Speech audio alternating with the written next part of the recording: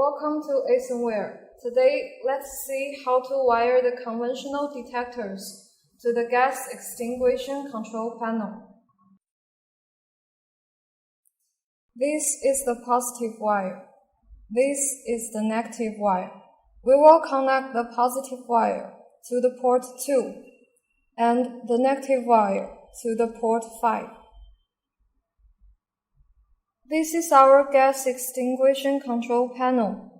We should connect the positive wire to the zone positive and the negative wire to the zone negative. If you want to connect the next device, you should connect the wires to port 2 and 5. If this is the last device, you should connect a 6.8 EOL resistor to port 2 and 5.